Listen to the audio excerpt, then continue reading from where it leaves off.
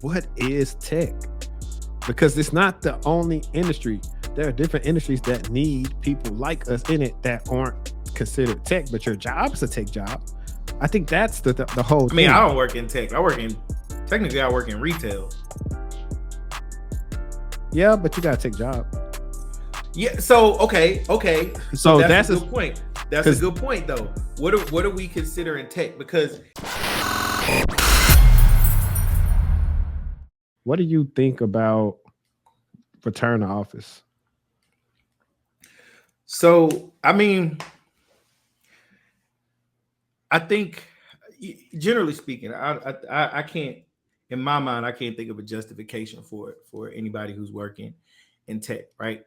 Not from an operational standpoint. Like, why would you need people in the office? And what I mean, the arguments we hear all the time are like, oh, it builds camaraderie or it builds collaboration and it builds that. But personally, I think it's more of a distraction. I'm more productive, when I'm in a space I can control, or even shit. If I'm working from my kitchen table, I'm more productive.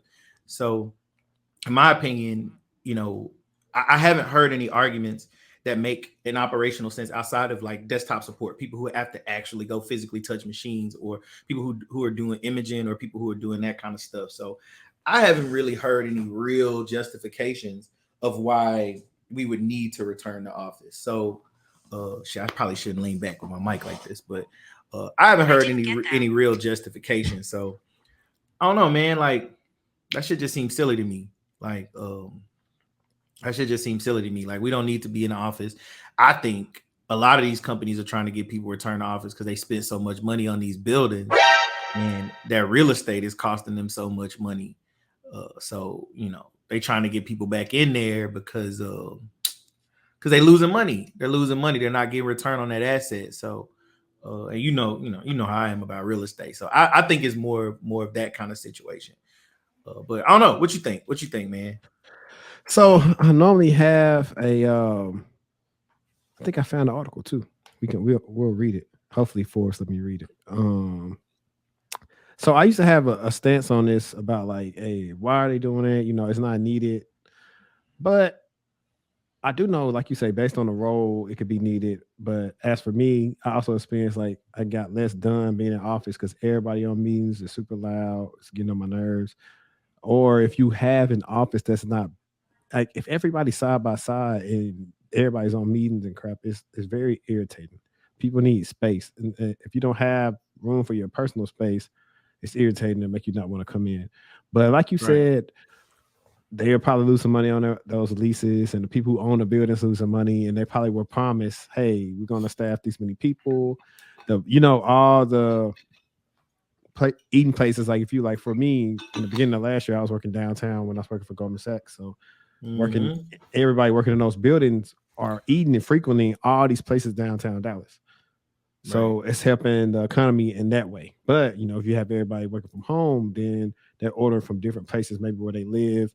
And some of those, we've seen a lot of businesses close up, restaurants wise, especially just from people working from home in the pandemic. So I understand it, but my issue is that some companies want you to come back, but then they're not trying to pay you more for coming back. Some people have long commute That times, part. That and part. they I were got a doing number. right, and they were doing more work, more efficiently when they were at home versus now having to go to sleep earlier, get in traffic, come to work, go home, still do school stuff. It's just less flexible, and I think that's the issue that they aren't trying to bite on that. I would say let people choose to come to the office. Let them choose to come to the office. They don't want to come to the office, don't come in the office. And that's kind of the way I would play it. Um, Like a hybrid model. Like, it's the options there, but you don't have to. right. And let's look Yeah, I at like this that. article real quick. Perfect. So it says New York City is losing out on $12 billion annually because of remote work. Now we can kind of do pause right there, like 12 billion annually because people work from home. Because I see a lot of jobs that's telling people in New York to be on site. So I'm just like, how do they calculate this? Is this inflated to make it seem like it's bigger than what it is? Let's keep reading and see what they say. 12 billion does seem like a big number. Right. With fewer people commuting into Manhattan, the Big Apple stands to lose its luster and reputation as being the epicenter of commerce, finance, media, entertainment, tourism, and vibrant social scene. New York City, Okay, so yeah, go stop ahead. there. Yeah, That actually the commuting part might make sense because transit authority is losing money. I didn't think That's about why I it. said I gotta see how they're building this, right? Right, So I think what you said, right, with food places, they're losing money. Transit authority is losing money. All right, we can keep going, but that adds a little bit more context for me. right. Because all of us are in our silo, right? I want to be at home. I want to work from home, right? Which we totally agree with. But then now we got to factor in who else we may be affecting with kind of like the things that are happening. So that's why I Right. started to expand my mind to it a little bit of seeing, what type of ramifications has happened since then. New York City businesses are losing customers and revenue with people working remotely. The workers coming into Manhattan are spending $12.4 billion less than they were before the pandemic, according to Bloomberg report, citing data from Stanford University economist Nicholas Bloom's that got me work from home research team. I'm trying to go to like speak some numbers right here. How are they losing customers? That's the thing. I don't know. I'm curious about that. New York City businesses. I guess maybe they had contracts with some of these companies. I know, like, Mhm. and this might not be the same thing, but I know when how what Goldman Sachs did to get everybody coming to office, they was like, okay, um, 2 days out of the week, we're gonna buy lunch. No, actually, they were buying lunch like the days you were in office. So yeah, 2 days a week they were buying food for us to eat, and then eventually that stopped. But maybe that's one of the things. And funny enough, we got two of the people that I used to work for. Well, technically, never met them. They're in this paragraph over here. 3 years after the pandemic start, there's still an ongoing debate about remote versus in office. People working from home say they're more productive and have a better balance of work and life. Meanwhile, old school baby boomer CEOs such as Goldman Sachs, Chief Executive David Solomon, and JP Morgan's Jamie Dimon have reluctantly allowed remote work, but strongly prefer to have their people back in the office. In 2021, Solomon said about remote work, it's an aberration that we're going to correct as soon as possible. So hold on, pause Mhm. there. Shout out to you for aberration. That's a word I didn't know. Uh, number two. All right, we got to talk about that part right there, right? The generational psychology aspect of this, if you will, Mhm. right? I think that there is a generation who want people back in office. This is a hot take. Who want people back in office because there's a generation who tied their success to the amount of people that they control. And it's hard Mm. to visualize that and feel that same sense of pride and that sense of ego when you can't look out into a bullpen and see, oh, I control this many people. I'm in charge of this many people. Or you can't see all your employees coming and going. So I think there might be some sort of psychological aspect of that. We have to get a real psychologist in here or a sociologist or whatever, whichever one of them ologists take care of this kind of shit. But what I'm saying is because me and my mom actually had this conversation just about how management and leadership looked when she was doing it in the corporate America versus how it looks when I'm doing it in corporate America, right? Right. So a lot of those people want something they can control, No, I totally agree. which is another reason why I'm like, fuck going to the office. Or sorry, No, YouTube.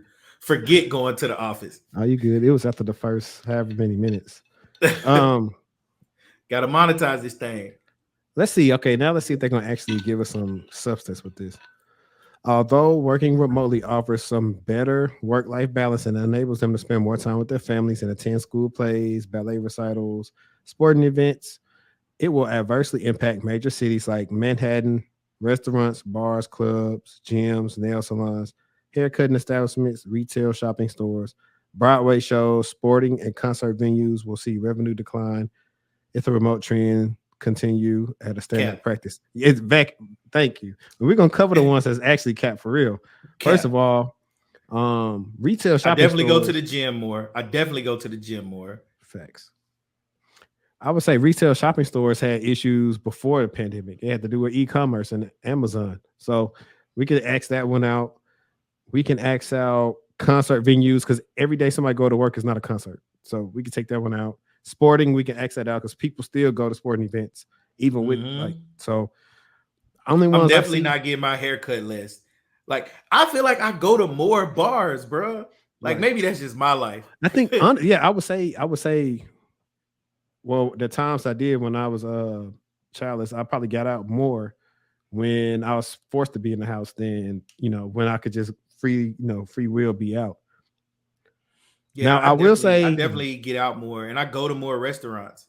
But I don't think the bars and restaurants is capped though, because I think about nah, I can't even say I go to bars more because when I was working downtown, like you said, we were going to happy hours 2-3 days a week.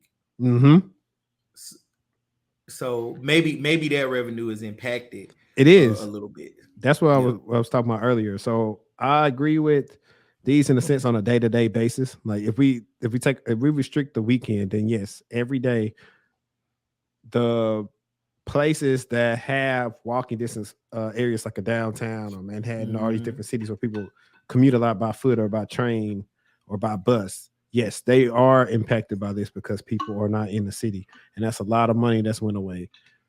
So, and it's one of the things that we always talk about. It's like, is the business going to adjust? Like we all have to adjust it and figure out in our career, or what are they going to do? Right.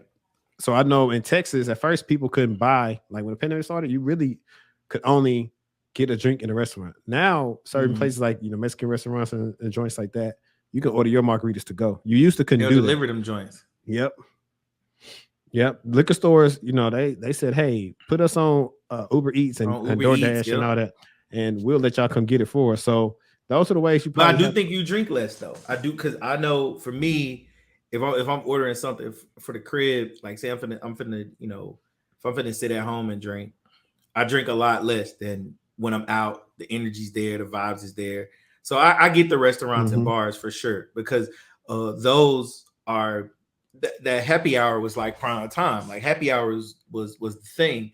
And if you work in an area like you and I both worked in downtown areas, like damn near every company had their spot. Hmm. Like, Yeah. you know what I'm saying? We had when I was at Red Lobster, it's at the other end of downtown, we had a spot. Then when I went to HD Supply, then we had a spot. And it's like it'd be our team, but then you got 40, 50 people showing up every day for happy hour, and they're in there until 4 o'clock until like the last train leaves where everybody gotta go catch their train or whatever. So yeah, I can get the Yeah. restaurants and the bars, but the gyms definitely in there more. Yeah. Gyms Um, be packed. I don't know what they my be doing. barber ain't hurting for nothing. Like if anything, the appointment times is better because everybody ain't trying to get in there between 5 and 8. Hmm. Like you know what I mean. Nail salon, same thing. Retail shopping stores, like you said, like that was they were going through some issues anyway. Broadway Yeah. shows, This next sports to last concerts, sentence, everything is capped. all of it, all of it. Let's get into this Not part. not an economist though. I'm not an economist, but that looked like cap to me. Let me see. I ain't trying to go through this whole freaking thing, but let's see what else they That's say. cap, Jack Kelly. Jack Kelly, you big cat. Mhm. The Partnership for New York City, a nonprofit organization of prominent business leaders and companies that employ more than 1 million New Yorkers, cite that as of late January 2023, a little more than 50% of Manhattan office workers are currently at their offices on an average weekday. This number is up from 49% in September 22. Less than 10% of employees are in the office 5 days a week. The number of fully remote employees fell from 16% in September 2022 to 10% as of January. The partnership group anticipates that the return to office rates will ultimately reach a steady 56%. So Yeah, don't move to New York is what I'm hearing. I know like at Chase, like they were pushing for that a lot. Like they have a huge Plano campus. Like if I don't think I showed all of it on my like first day, like at the office thing that I did on TikTok and stuff like that. But they have a big campus, so people come in there and eat on campus and pay for that. It's just a lot of people that's there. I get it. A lot of them That's love them to come to the services, office. bro. That's them services they losing money on, and they signed them contracts, bro. They because you know how like the contracts works, bro. They be 3 years, five Hmm. years, whatever, whatever, and they sign that service agreement for 5 years. with these chefs in the, in these food courts or whatever, these people still getting paid, and like they ain't got to go to work, and they probably having to lay people off. So I get that too. I get that Mm-hmm. too, right? Because if you used to send two chefs to this campus, but now all of a sudden that campus is 50% down in their in-office staff, and now you only need one, then you got to lay people off. But the contractor's still getting their money. So I think I think it's all tied to the vendors and the services in the retail space that these people are occupying. I don't think any of it's tied to work. And that's been my argument from jump. Like none of this is actually tied to your resources producing whatever it is they need to produce. It's just a matter of, how you're managing your expenses. And I think if you're a good leader, you change that. You rectify that. You don't try to make people come back to work. Thanks. Shout out to the new place where they making Shout out to my place of employment, because they was like, "Oh, y'all want to stay remote? Cool, cool beans. Keep making this money." let's see. So now let's talk about briefly. We can be on it briefly about everyone has been scared or all the clickbait titles. AI is coming for your job and blah blah blah. I'm here to tell you Mm, that for lower level jobs, and I don't want to sound like I'm elitist for saying lower level, but jobs we seen this isn't AI. This I would say this is the advancement of technology when it comes to go to the grocery store, self checkout. We don't see as right. many cashiers anymore. Granted, when I go into the grocery store now, especially Walmart, I make sure I go find a cashier because they're about to ring me out. I'm not finna pay for inflation prices and have to scan my food myself, Slim. I'm not finna do that. Now I'm definitely self checkout. I'm definitely self checkout all day. If I have a couple items, cool. But sometimes I have like the actual grocery list. Oh yeah. You can't do full grocery shopping on self checkout. Yeah, and that's the issues that some people run into is like you go in there and you get all this stuff and people aren't going to cashiers. They're trying to go through self checkout, so the line is backed up. It's crazy. At this point, they're gonna do like that. Just let us use the Walmart app or Target app on our phone and just scan everything we put in the buggy. That way, we can just walk out and everything being paid for. Simple solution. Yeah, I like that. I like that. But So no, go so ahead. the question is AI. So the question is AI gonna take jobs, right? Mm-hmm.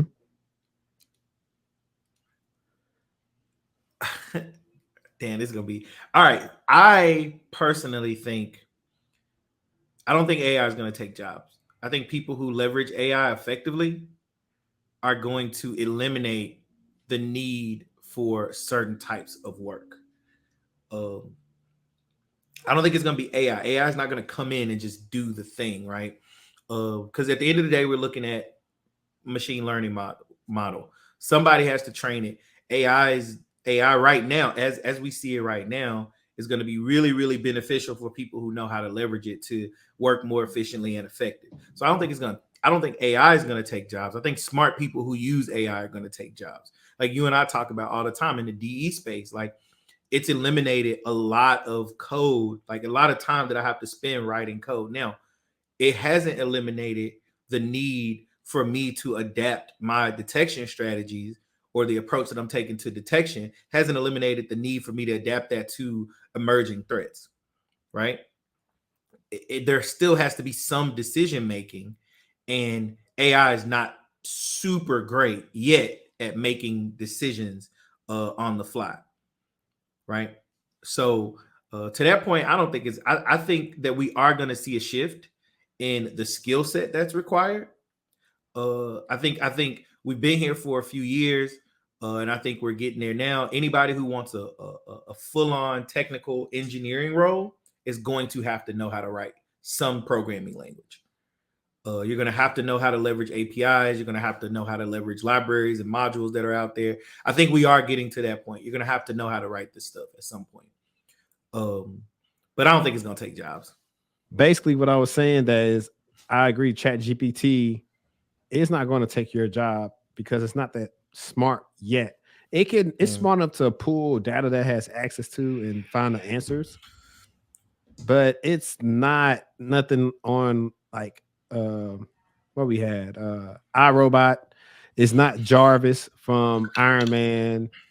It's still learning. Now they're putting more money into it. So what I would tell you is to get in front of it and learn how to use AI to help you be more efficient at work so you can stand out at Exactly. work when it comes to you using Jira or your note-taking process if you struggle with that. I would Or just caution you, automation in general. right, but I would caution you that to not put any company proprietary information into Chat GPT. I don't think that's wise. Oh, And I know people are doing it. And I would like to see a study, and maybe that's the next topic we can get, is like how many companies are letting people use Chat GPT on their network, right? people are definitely putting unsanitized code in Chat GPT. Right. Not only that, you have malicious threat actors using Chat GPT. You have people tricking, they're posing as people saying, hey, if you do this, you'll get I think the premium version of ChatGPT is like $20, and in Oh, I turn haven't they're seen actually that. sending them some malicious activity, and it's like, man, that's crazy. I hadn't But seen it. I thought you was gonna say about the people who are pros and like they're in an improv group to get basically Chat GPT to write them a kill chain. So it's like I'm in an improv group. I want to do this technique, but I want it to be realistic. How would I do it? And like tricking Chat GPT into doing it that way. yeah, that's definitely one of the ways to get it do what you want it to do. I really hate I said that because I feel like somebody gonna try it now, but it is what it is. Yeah, it We are is. not liable for any illegal activities that other people take. Um, but yeah, man, I don't think it's gonna take people's job. But then also, there was a time where people thought getting on the internet wirelessly was insane, right? Uh, so I don't know what the future is, but I don't think anybody who's entering the field within the next maybe 8 to 10 years is going to. And I feel like now that I said a number in 5 years, it's gonna start taking jobs. But I don't think anybody who's entering the field has to worry about. Um, I don't think anybody has to worry about. I had a job and now AI is doing that job. I think DEs are going to be around. I think threat hunters are going to be around. I think SOC analysts are going to be around. Now, the SOC job is definitely changing because of AI and machine learning. But I think it's getting easier and getting better. Now, what effects could that have? Probably means we're going to start paying SOC analysts less. Like, sad but true. It probably means we're going to start paying them less. Because back when you and I started, it was like, oh, I got this IP address. I got to go look it up on VirusTotal. I got to go look it up on Talos. I got to go look it on Abuse DB. I got to do all these steps. Now, DEs are building that information where it happens via API. Some API, is used Mhm. in the background. That information gets put right into the alert. You don't have to do anything about that. Yeah. The way I tell my SOC, because I had people in my SOC who were a little bit afraid about automation, not even AI. They were just kind of afraid about automation. And is this going to take my job or is this going to make my job irrelevant? And I'm like, no, it's going to make your job easier because now you can focus on making the decision and not working so hard to find the information required to make the decision. So it's definitely changing the way SOC analysts work. Yeah, definitely. Definitely, definitely. If you're still rocking with us right now, man, please hit the like button, subscribe, hit all when you subscribe to the channel so you can be notified when everything is dropping on the channel. And I didn't even introduce this episode. We were supposed to do it like 2, 3 minutes in, That's what happened. but We just started talking. the information was so good. But welcome to episode 78 of the Textual Talk. This is like a new format we're trying out. I think we want to call it like, technically we haven't talked about anything controversial yet, but it's like Nah, controversial tech takes. I don't know. We're gonna think of something for this it, is the but hot topic segment, extended hot topic segment. there will eventually be some that hopefully him and I oppose on, so we can have like some stellar content to put out there. But with that being said, I actually like what you were saying about the sock stuff, because I would actually push back on that and say I don't see them. Well, I may see some companies. I do see some companies trying to get over and pay less, especially less than Mm. average. But the implications of somebody still messing up something on the sock lets me know that they're still going to pay good enough, because every company still doesn't have the money to get some of the tooling that bigger companies have. Like I was telling you the That's other day about true. all the platforms we have access to, which, like I say, some of the stuff is like overkill because there's some redundancy there. But That's true. That's true. I think the issue with making it a little bit easier for them is that if they don't know how to function without that stuff, it may be worse off than we were starting off. Yeah, yeah. I mean, but yeah, I mean, we see a lot of industries go through that. Like, Hmm. a lot of doctors, I assume, and I don't know if they're still teaching this in medical school, but like, how many of them can work without some of these complex technologies that they're using, right? Right. Uh, how many of them can like do charting on paper? And maybe that's something they're still teaching, but it seems like for me it'd be more difficult. So you're absolutely right. We could be crippling some people's incident response capability or some people's threat hunting capability by making these things so easier. And you actually bring up a good point. You and I work for Fortune 50 companies. Um, uh, and you're right, they're dealing with a different budget. So some people may be in a situation where they can't leave some of these jobs because if all you know is Splunk, you may not be able to go work in a company that doesn't have a scene. Hopefully the company has a scene, but you may not be able to work if the company doesn't have a scene. Right. Right. Right. Definitely. Speaking of, let's get into So that could get guys. tricky. That I didn't think about that. Got you.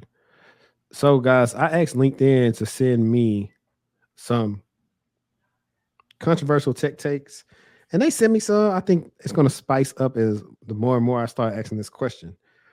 And I think one of the best ones is August Samples asks, I don't think everyone is ready to hear what it is to takes to get into cybersecurity and what it takes to stay relevant once you're in, nor are they putting the effort and time they really say they are. And he was a person that really grinded to get into cybersecurity. I saw his grind. He was pretty much, if you would compare it to vacuum cleaner salesman back in the day where they going door to door knocking, like that's how busy and active he was on LinkedIn trying to get in. He eventually got in. And being a cybersecurity career coach, and just a career coach in general, I can tell you, I noticed the clients that's really putting in the work, and I know the clients that are waiting on me to tell them everything they should do. And I know the ones that are also complaining and either aren't doing everything they need to do or listening to me for execution. So it can be a lot of things on top of a lot of companies still don't like to hire entry level people. I had a Right. consultation with one of my clients a couple of weeks ago, and they have a lot of experience. They just aren't really executing like I would want them to do, and that just comes from just hopefully just starting to listen to me. But they said something that I had to tell them. They said they pretty much said the thing like Eric, you and I have talked about this before, having that willingness to learn. And I was like, Mm-hmm. the roles that you're trying to get, they're not trying to really look for somebody that has a willingness to learn. They want you to know how to do it. And those are one of those things where if you're not doing what you need to do to get new skills and learn these things, you may find your career at a plateau. Because also, let me plug in, I have an advanced cybersecurity career course on LinkedIn, and that course is pretty much at a very high level that you can take the instructions to any job role you have, especially in cybersecurity in advance. Just trust me on this. But if you aren't, we let's make all right, listeners, y'all watch sports. If the RIP Kobe, but if Kobe wasn't taking 500,000 fadeaways a day, how effective do you think those shots would have been for him in the game? You gotta make it muscle memory, man. It's gotta be muscle memory. So if all you did was, and we can make this a hot take, go get your security plus, but you never lab, you never researched all these different security incidents and breaches and tried to either, if you want to get into threat intel, you learn how to start writing and following these things or learn these different tools. Or let's take it a step further. Maybe you are doing it. Maybe you are in the top 5% of try hack me, which don't really matter to nobody. But maybe you are on there. Oh, the top 5%. What have you did with the information that you gained from Try Hack Me? Yeah. This is the question. What have you done? Yeah, If man, you're using Trihectomy right now, I want you to tell me what have you done with Trihectomy. I think, and you and I have talked about this a lot. Like, I think I used to say, oh, well, people don't work hard enough. And ultimately I had to check myself because I realized what I was really saying was people don't do my method, right? Or they don't take my routine of labbing and doing all this stuff. I think shout out to whoever sent that in. Um, I think that it's it's levels to it, right? It's levels to it, right? If you put in mediocre work, you're gonna be mediocre at what you do. And that doesn't mean you're not gonna get hired. I mean, you and I have worked with people who were mediocre before. Like that doesn't mean you're not gonna get hired. Um, so I guess I would say that I think the majority of people, damn, I'm gonna get in trouble for this one, but whatever. The majority of people who have started to enter this field are entering it because they think it's easy, right? They think that tech is a way to get a high paying job by not doing very much. It's like, oh, I can go take a few tests, get a few certifications, and now I'm as qualified as somebody who's been doing this for 5, 10 years. And that's just not the case. That's just not the case. So I don't know if I'm gonna say people don't want to work as hard or people don't want to talk about the work that it takes. I don't think people know, and I think it's because you got so many influencers and so many people telling everybody, "Oh, you can get in tech in 6 months," and it's just like that's cap, bro. That's cap. Wait, it is not cap. Shout out to Course Careers. You know what I'm saying? If you're trying to get into tech sales or you are trying to get into IT in a short amount of time, check out Course Careers. Use my coupon, textual 50 to get $50 off your Course Careers course. And yeah, join the squad. Josh Madacor has an IT course that has like if you, it's self paced. So if you go through it fast enough and retain the information and do what he says, he has a, a couple of testimonials on his page with people getting that first IT job from regular IT to knock jobs to help desk, like it pretty much anything. And he teaches them actually, I think he teaches them Azure in the course. So they're just not just limited to like the basic Right. stuff. So I will say, I think here's the key. A lot of people aren't willing to go put that money in to do course careers and start off from the bottom. They want to come to me, get a resume done, and shoot to the top. And by the way, Go these get are an people, engineer role. right? And these are people that don't have a lot of transferable skills. These are people who don't have like something that they did been doing previously in their career where it will translate over well enough, especially when they're talking about technical roles. A lot different people I work with have a lot of transferable skills that they can go get a high paying role, don't have to go do help desk because they're necessarily Yeah. not trying to go do a technical position. And I think that's the key too. Even though tech is an industry, I think that's where the misconception about like being in tech, you are in the industry, but sometimes what you're doing isn't technical. Now, there also are non-technical people who are very Mm-hmm. technical. They are different, but some people aren't. Some people don't know how to do anything technical, and that's okay. That is probably why you were able to maneuver and get a role in the tech space. But I do know the misconception that it is harder for people to get technical roles versus non-technical roles, and that's a fact because you have to That's know how true. to do the technical things. If you don't, you just don't. You it's simple. Can you make the shot or can you? I guess for me, bro, I look at it like why this industry? Why so fast? Like I can't think of any other field where you make this kind of money that people are like, oh, I want to be able to break into it in the shortest amount of time possible. You know what I'm saying? Like would you go to a barber who'd be like, yeah, man, 6 months ago, I wasn't even cutting hair. I didn't own a set of clippers. Would you get a tattoo from somebody like that? Like, I guess for No, me, it's no, no. just Make like it, make it more serious. Would you go to your primary care physician who said I cheated all the way through school and I just became a doctor? First of all, which can't. I mean, technically, you probably could cheat on a written test, but the other stuff they got to do, I get what's it called like residency. You can't Mhm. fake the funk when it comes to those type of jobs. Because we made this distinction a lot of times. Like, y'all get mad at us for saying you need to have skills to do these roles, but y'all wouldn't have the same energy with a lawyer, with a doctor, even people who have trades. You're not going to tell the trade people. Nobody just gets out of bed and say, "Hey, I'm gonna go be an electrician," and then after 4 weeks, they're an You never official let him wire your electrician. property. You never let him wire Right, your right. property. He's the head electrician and he makes all this money. No, man, it's a process, and that's why a lot of people are having these expectations and they're being let down because they had unrealistic expectations about this. And also begs me to ask, what is tech? Because it's not the only industry. There are different industries that need people like us in it that aren't considered tech, but your job is a tech job. I think that's the whole I mean, I thing. don't work in tech.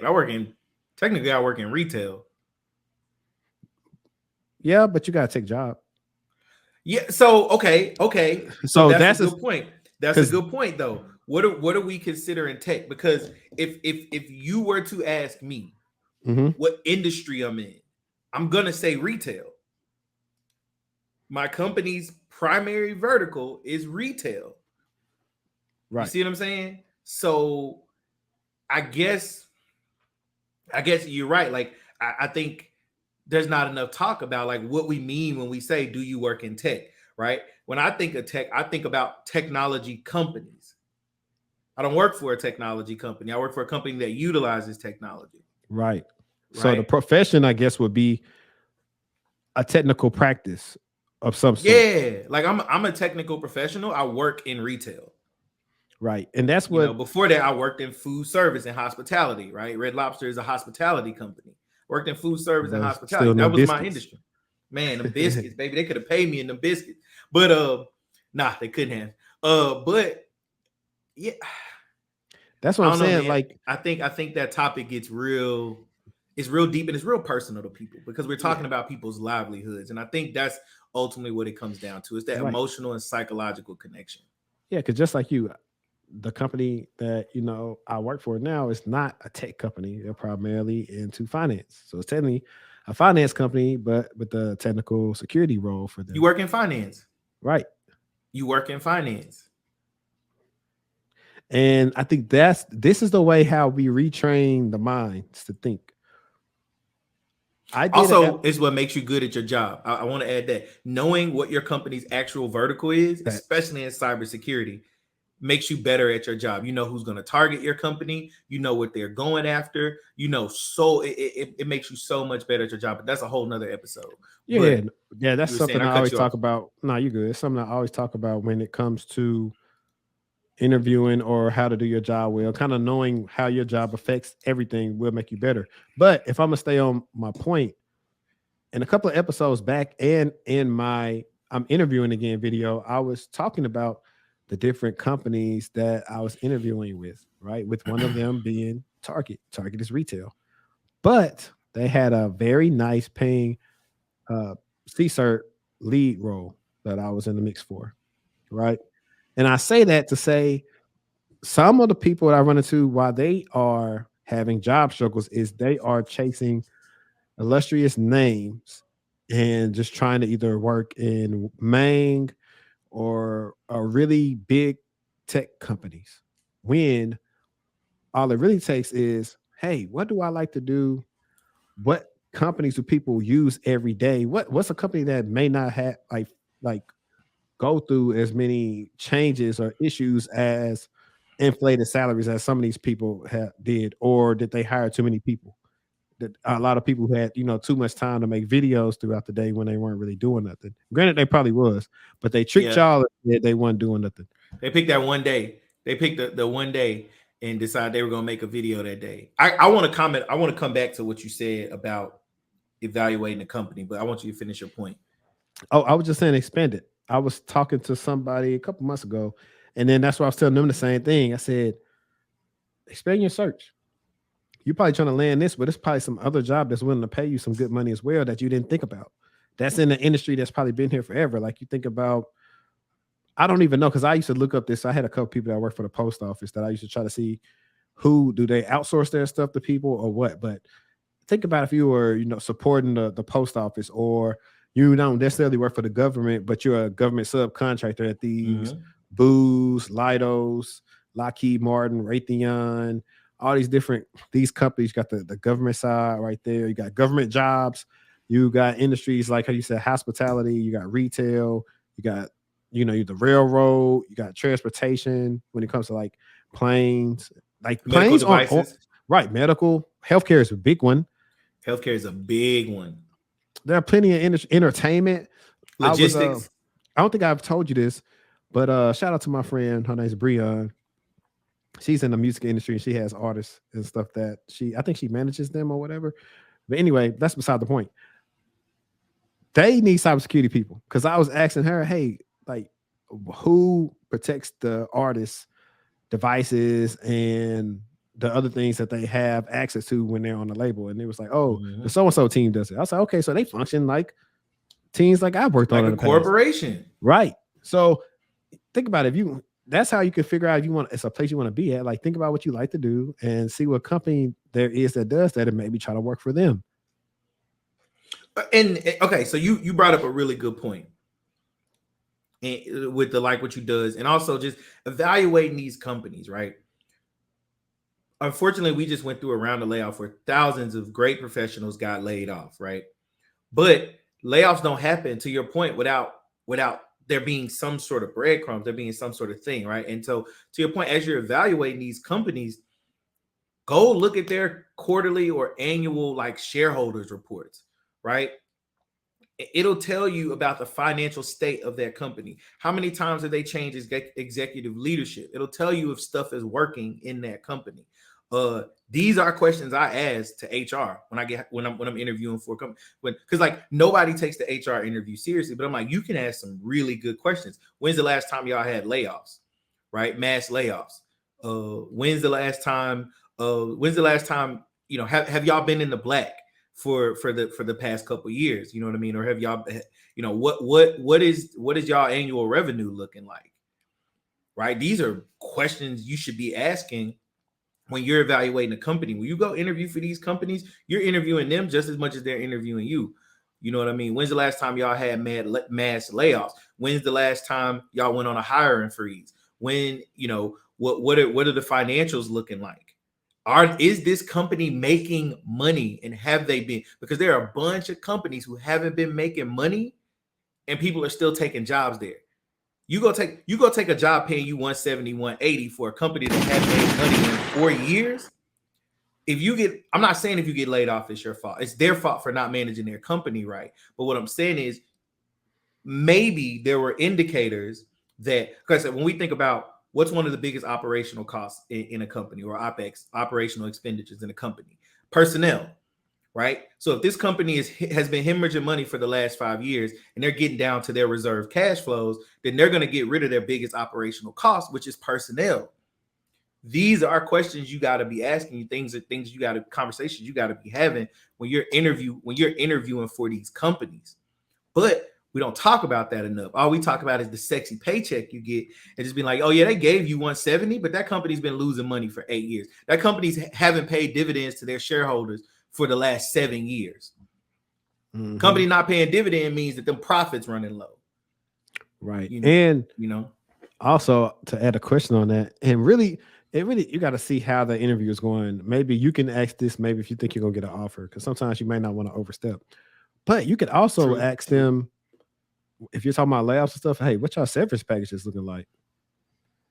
I know places that's laid people off and gave them your last check is your severance, like an extra check. There ain't no severance, bro. Nah, I did that's a holdback. I did an exceptional job for you to play me like this. That's why I made that TikTok talking some ran off on the plug twice. Because this is how you also know like what's going on when it comes to companies. Like my last role, I was already informed, hey, they weren't going to backfill it, which let me know if I decide to do a different way and say, hey, I'm not happy in this role. I found somewhere I want to move internally. 9 times out of 10, they would have had me by the balls and saying, oh, well, we got to wait till we can put somebody else in the seat. We're not just going to let you leave. Mm-hmm. That's how that thing goes. That's why I always tell people, if it's that much and you don't like it that much, just leave instead of you wasting another 6 months to a year waiting around to move internally where you then lost enough of your skill set where you like just going crazy. That's why you leave because at any given time they'll lay you off, you know, and sometimes they won't even let you know beforehand. You just wake up one day you can't log into your computer.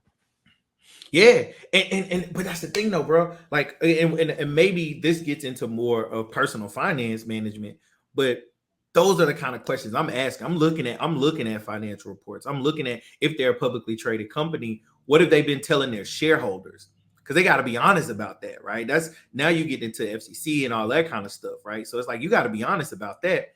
So I'm looking at how you're spending money, if you're making money, how much your leadership is changing. Um, what verticals are you actually operating in, right? Like if so, let's say I'm going to another retail company, right? Um, but their e-commerce platform has been failing for the last 3 years, right? They can't do business online. We just talked about people are at home. So if I'm interviewing for that company and I know that they can't do business online, I'm probably not going to work for that company. You know, if I'm looking at a company whose main business is brick and mortar sales, right? People having to enter their stores is one of the reasons why I left the restaurant and hospitality industry, right? Because it was too dependent on putting asses in seats in the restaurant, right? And these are things you can kind of see. These are the if you ask the right questions, these are things you can kind of identify about a company, right?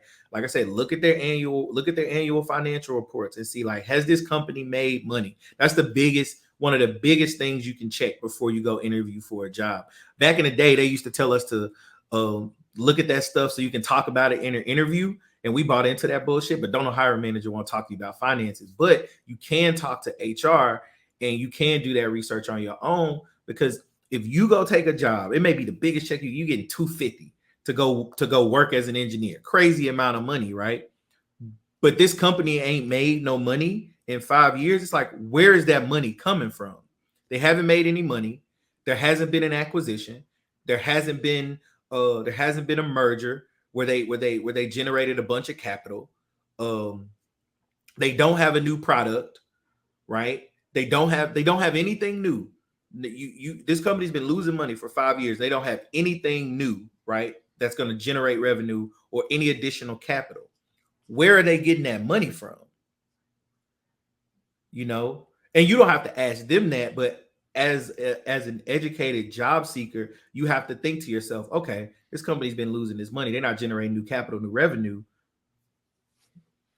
Can they, like, what's allowing them to afford to bring somebody in at 200K? Y'all not generating any new revenue. Right. Hey, but if they do want to be stupid enough to pay you that, take the money always, but keep your I options open. mean, take the money, but no, yes, take the money, know what you're getting into. Always. As soon as you can get into that company's financials, get into that company's financials Mm-hmm. and see how your company is doing. One, because if you work for a Fortune 500, you probably got an employee purchase program. You probably got stock. You probably got RSUs or either EPP or some sort of employee purchase stock. Which Right. we could do a whole episode about Right. that, checking the 52-week Mm-hmm. indicators on your company, not as an investor, but as a job seeker. Right. And I actually was going to say something really quick. We could probably touch on it later as it develops more. But I know that Amazon is letting people use some of their stock to actually like buy houses and stuff, where it could be a primary house or a secondary house through I want to say it's the company better.com. Want to say it's better. I could double check that and I might We got pull to it up. talk about personal finances for tech professionals, because you got a lot of first generation people like me who are making, more money than their parents Yeah, did combined, facts. and That's something we and talk about a who lot. who aren't looking into ways to build wealth in this thing, right? But the truth of the matter is, not just because of AI, just because at some point you're gonna get tired of learning new technology, bro. Like at some point you're gonna get tired of this, and so if you're not building wealth to be able to give yourself an option to leave this industry when you get ready, you could be doing yourself a disservice. And part of that starts with asking those questions of your company. Do you have a HSA account that I can make investments from?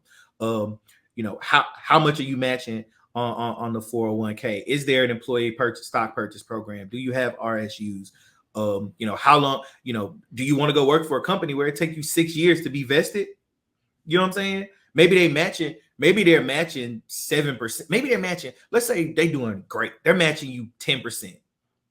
Mm-hmm. But if it takes you 6 years to get vested, to be vested and get that money, you gotta think about that kind of stuff. Right. I ain't. And I'm not taking nothing over 3 years. If we invested in 3 years, bro, nah, we out of here. yeah, that's facts. And I found that article, and we'll probably talk about it next time because it'll probably be pretty lengthy. I think that's a pretty interesting article, if I must say so myself.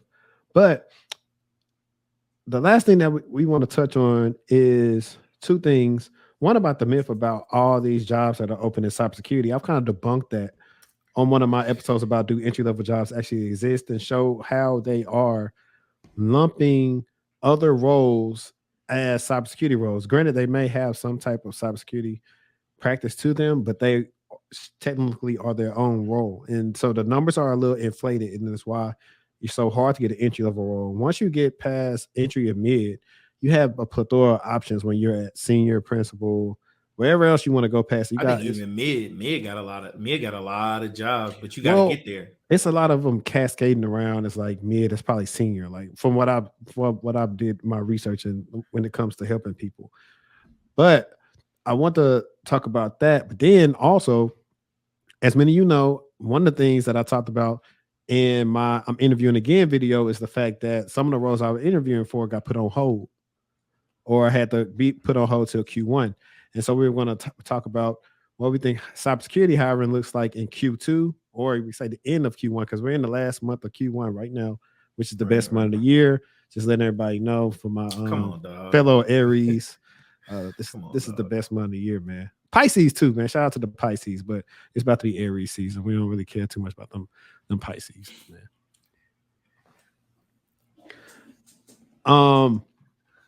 So I'm gonna let you go first on what you this think one. about it? Where you think is going? I'm gonna let. No, I want to hear your take on it.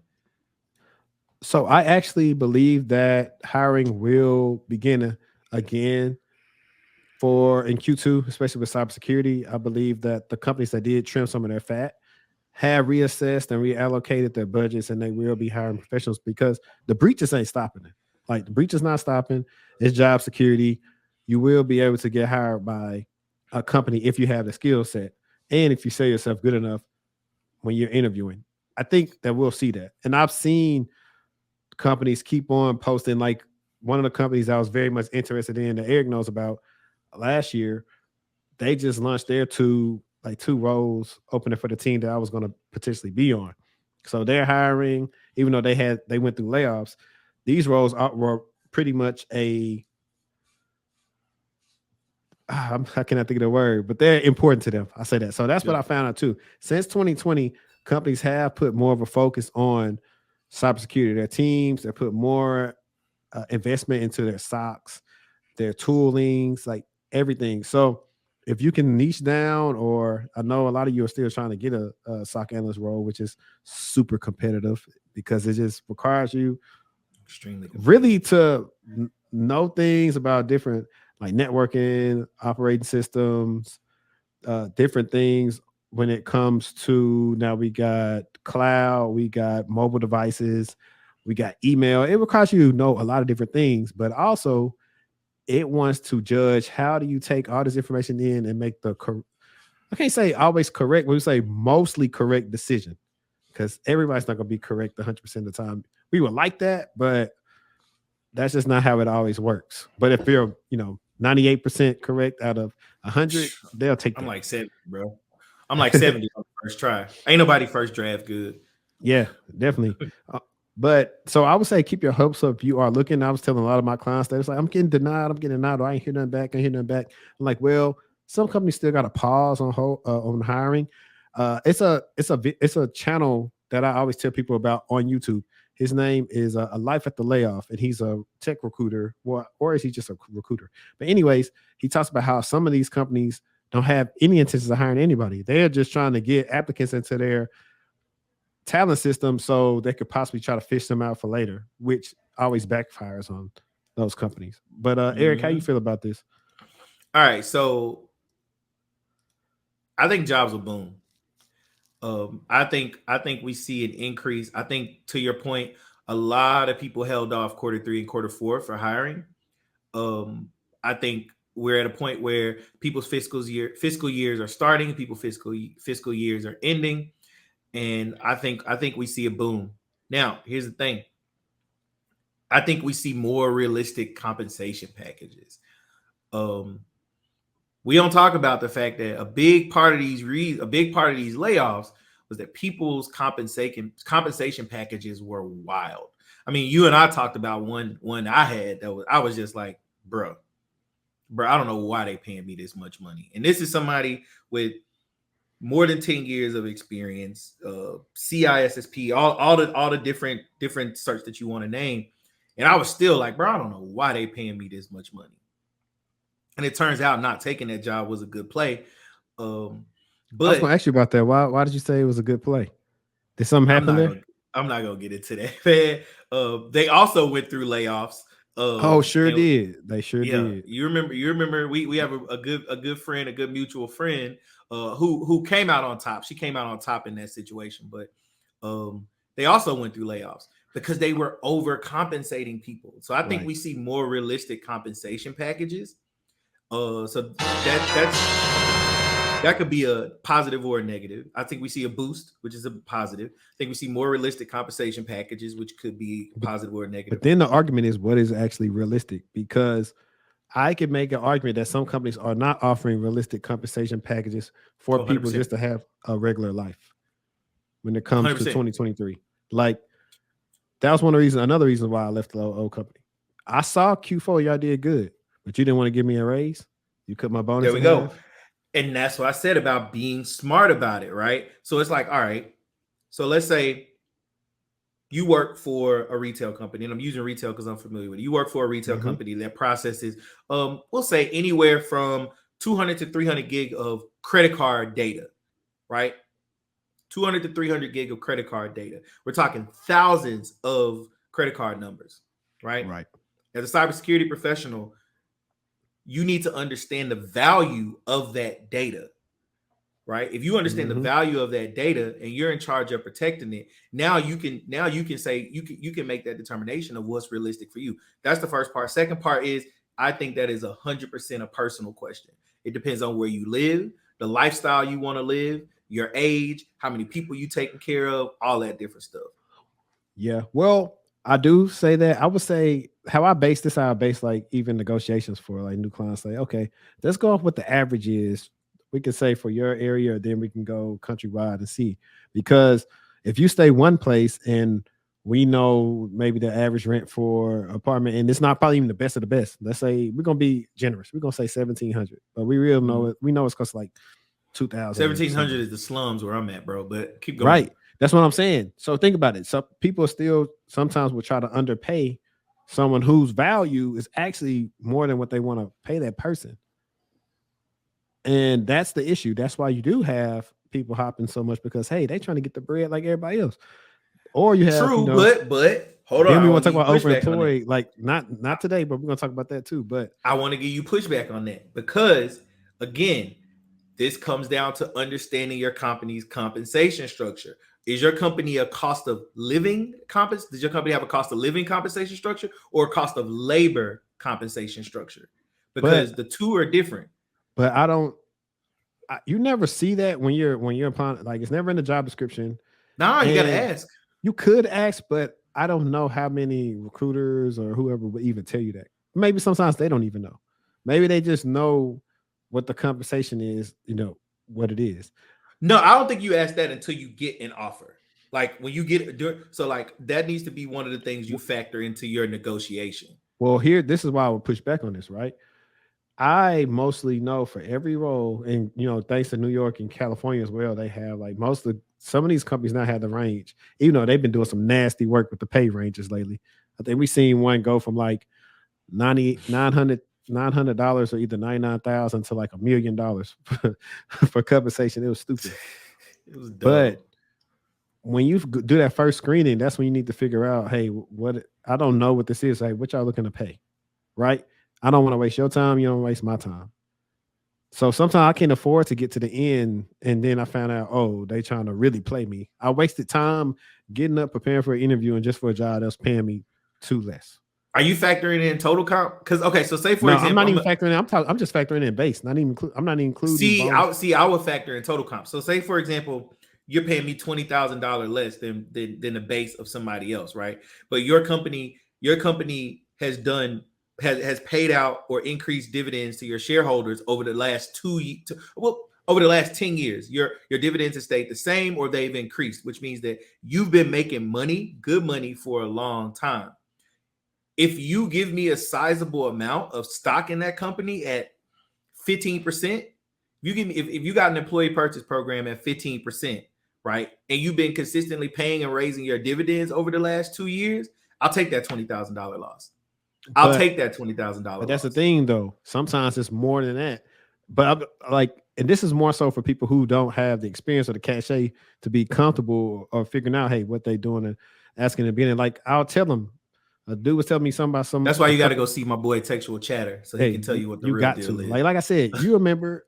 uh I don't know if that was something we probably all talked about that off camera. It was like me, you, and Rose that first episode, and I said, "Hey, we're gonna get you paid." Sure enough, that's what happened. Right after that, I was like, Yeah. "Nah, you and Callie, we finna do this. Tell me you want this," and they was like, "Yeah, they matched it." I said, "Yeah, I know. They hoping they can pay you low, but shoot, you gonna get your bread." And You can that's get your all. bread. That's what it's all about too. Is like, hey, the implications of me messing up and us having to breach what it's gonna cost us. And so that's why you also say like, if you do cost of living, or you can also say cost of labor. But what's gonna happen if we ain't here? And now that brand equity is messed up. Not only the money you got to pay to whoever's data's leaked, but then to rebuild your image. I saw But this that, first. but that, but see, that benefits you in cost of labor, right? Because if you're I out here think both. negotiating, I think if you're both. out here negotiating based on cost of living, and the cost of labor is higher because of the data that you're protecting, You right? got a point. You see what I'm saying?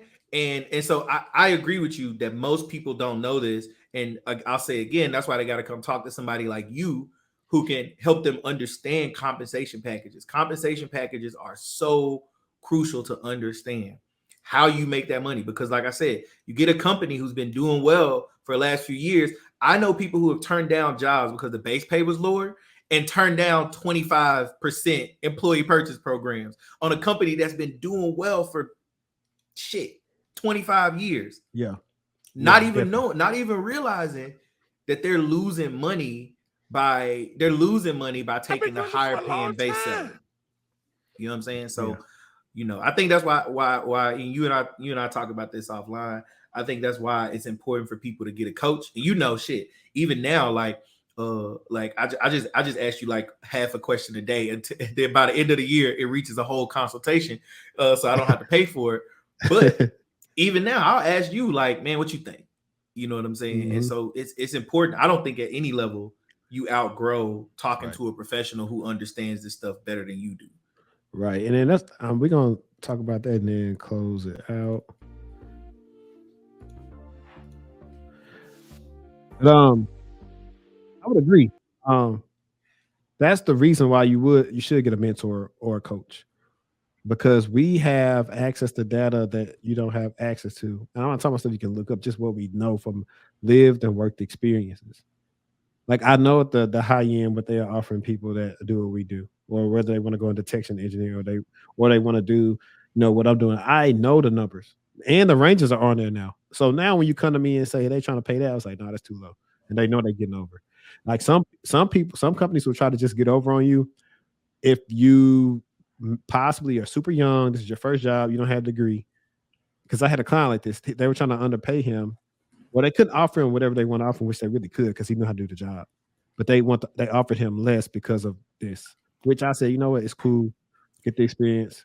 You're young, no family, none of that. Just get the money and in 6 months to a year, you'll be gone making way more. But that only works when you're super young with no kids or anything like that. When you have kids and a family and people to take care of, that strategy is a little bit different, especially if it's going to hurt you taking care of the family. So you got to just move strategically and really make smart decisions and really build that network up, because that's literally what's about. When I tell everybody, hey, your network is really what's going to help you out when it comes to all this trying to get into cybersecurity stuff. So that's all I feel about that. But this has been like the first installment of Tech Takes. We're gonna try to drop this every Monday for you guys. The keyword is try. Like everybody be busy. I'm surprised he in the house right now. He probably Don't going be promising that, bro. exactly I'm because he definitely probably about to finna slide in a little bit. exactly. I already know he is. I know he's about to slide. I ain't gonna be doing nothing but sliding in the kitchen to clean up and stuff. But I appreciate everybody that be rocking with us. We got some big things planned this year. I'm gonna Yes, let you know we got some sir. big things planned this year. Who knows? We might finally get to do the live Afrotech Live at Afrotech episode. 2023. Let's do Now it. that's we got some joints coming out there. But appreciate everybody for supporting the pod. You can always find the sock coach, or maybe you can't find the sock coach. You never know. But if you're looking for him, what you say? I'll be disappearing, man. Right, yeah. But if you're looking for me, I ain't hard to find. All my socials are in the description. Like I said, shout out to Course Careers. If you want to start in IT or get into tech sales where you have the opportunity to make six figures faster than probably any other role, check out Course Careers. My link will be in the description, and you can use my coupon code to get $50 off on Course Careers. All right, peace, y'all. Stay heavy on the self-love. Stay heavy on the self-love. I got TLC on my shirt. I know y'all couldn't see it. Hey, that's self-love too, bro. Hey, don't be out there creeping. But until next time, let's stay textual, and we out.